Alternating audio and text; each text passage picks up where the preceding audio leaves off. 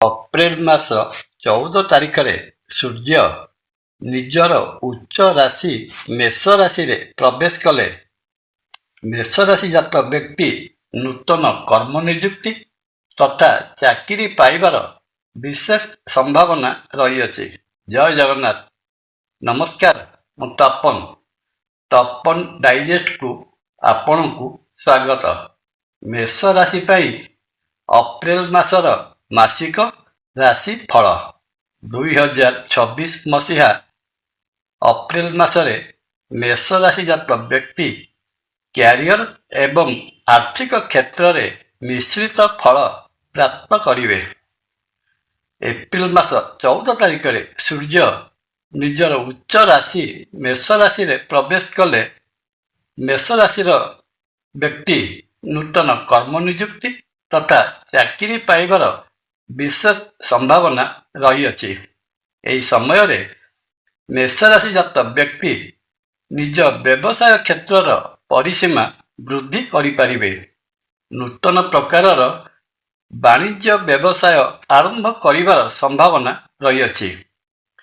ରାଜକୀୟ କାର୍ଯ୍ୟରେ ସଫଳତା ମିଳିବ ଏବଂ ସରକାରଙ୍କ ସହିତ ଅନୁବନ୍ଧିତ ରହି ବାଣିଜ୍ୟ ବ୍ୟବସାୟ କରୁଥିଲେ, ବିଶେଷତଃ କଣ୍ଟ୍ରାକ୍ଟି ବା ଠିକାଦାରୀ, ଅର୍ଡର ସପ୍ଲାଇ ଏବଂ ନିର୍ମାଣ କାର୍ଯ୍ୟ ଭଳି ବ୍ୟବସାୟରୁ ପ୍ରଚୁର ଲାଭ କମାଇ ପାରିବେ।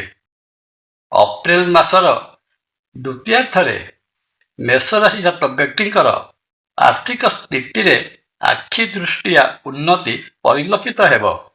ଆୟର ନୂତନ ପନ୍ଥା ଖୋଲିଯିବ, କିନ୍ତୁ ମାସର ପ୍ରଥମାର୍ଦ୍ଧରେ ତିନୋଟି ବଡ଼ ମହାଗ୍ରହ ସୂର୍ଯ୍ୟ, ଶନି ଓ ମଙ୍ଗଳ ମହାଗ୍ରହ ମେଷ ରାଶିର ଦ୍ୱାଦଶ ବା ବ୍ୟୟ ସ୍ଥାନରେ ଅବସ୍ଥାନ କରୁଥିବାରୁ ଖର୍ଚ୍ଚ ବା ବ୍ୟୟର ପରିମାଣ ଅହେତୁକ ଭାବରେ ବୃଦ୍ଧି ପାଇବ। ତେଣୁ ଆର୍ଥିକ ଦୃଷ୍ଟିରୁ ମେଷ ରାଶି ଜାତ ବ୍ୟକ୍ତି ମାସର ପ୍ରଥମାର୍ଦ୍ଧରେ ସତର୍କ ରହିବା ସହିତ ମିତବ୍ୟୟୀ ହେବା ଉଚିତ ହେବ। ଅଯଥା ବଦଖର୍ଚ୍ଚ କରିବାରୁ ଦୂରେଇ ରହିବା ଠିକ୍ ହେବ। ପ୍ରେମ ସମ୍ପର୍କରେ ରହିଥିବା ମେଷ ରାଶି ଜାତ ବ୍ୟକ୍ତି ବିଶେଷଙ୍କ ପାଇଁ ଅପ୍ରେଲ ମାସ ବଡ଼ ଶୁଭ ଫଳ ପ୍ରଦାନ କରିବ। ପ୍ରେମ ସମ୍ପର୍କରେ ମଧୁରତା ଆସିବ। ସମ୍ପର୍କରେ ଏକ ସୁନ୍ଦର ମୋଡ଼ ଦେଖାଯିବ। ଶିକ୍ଷା କ୍ଷେତ୍ରରେ ଅଧ୍ୟୟନରତ ସହପାଠୀ ବା ସହପାଠିନୀଙ୍କ ସହିତ ପ୍ରେମ ସମ୍ପର୍କ ସୃଷ୍ଟି ହେବାର ପ୍ରବଳ ସମ୍ଭାବନା ରହିଅଛି।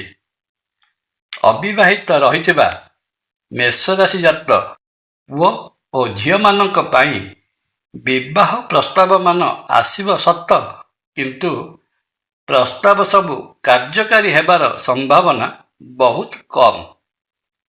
ସ୍ୱାସ୍ଥ୍ୟ ଦୃଷ୍ଟିରୁ ଦେଖିବାକୁ ଗଲେ ଜଣାଯାଏ, ଅପ୍ରେଲ ମାସର ପ୍ରଥମାର୍ଦ୍ଧଟି ମେଷ ରାଶି ପାଇଁ ଅନୁକୂଳ ଫଳ ପ୍ରଦାନ କରିବ ନାହିଁ।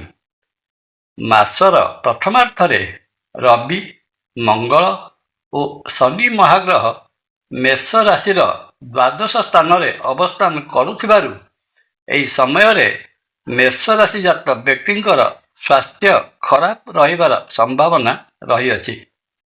ତେଣୁ ମାସର ପ୍ରଥମାର୍ଦ୍ଧରେ ସ୍ୱାସ୍ଥ୍ୟ ବିଗିଡ଼ିବାର ସୂଚନା ଦେଖାଦେଲେ ତୁରନ୍ତ ଡାକ୍ତରୀ ସହାୟତା ନେବା ଆବଶ୍ୟକ।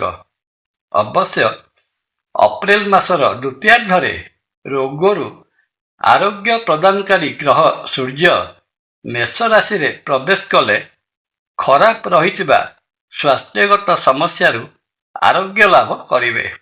ଏହା ସହିତ ଯାତ୍ରା ସମୟରେ ସତର୍କ ରହିବେ, ନଚେତ୍ ଆକସ୍ମିକ ଦୁର୍ଘଟଣା ଘଟି ହାତ ଗୋଡ଼ ଭାଙ୍ଗିଯିବାର ମଧ୍ୟ ସମ୍ଭାବନା ରହିଅଛି।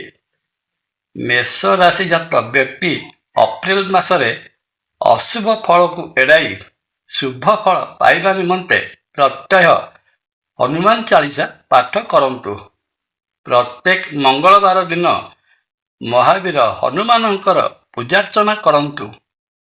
ପରିଶେଷରେ ଶ୍ରୀକ୍ଷେତ୍ର ପୁରୀରେ ବିରାଜିତ ମହାବିଷ୍ଣୁ ଶ୍ରୀ ଜଗନ୍ନାଥ ମହାପ୍ରଭୁଙ୍କୁ ଦର୍ଶନ କଲେ ମେଷ ରାଶି ଜାତ ବ୍ୟକ୍ତିଙ୍କର ସମସ୍ତ ଦୁଃଖ ଦୂର ହୋଇ ମନବାଞ୍ଛିତ ଫଳ ପ୍ରାପ୍ତ ହୋଇଥାଏ। ଜୟ ଜଗନ୍ନାଥ। ଭିଡ଼ିଓ ଭଲ ଲାଗିଲେ ଲାଇକ୍, କମେଣ୍ଟ ଓ ସେୟାର କରିବା ପାଇଁ ଅନୁରୋଧ। ନମସ୍କାର। ତପନ।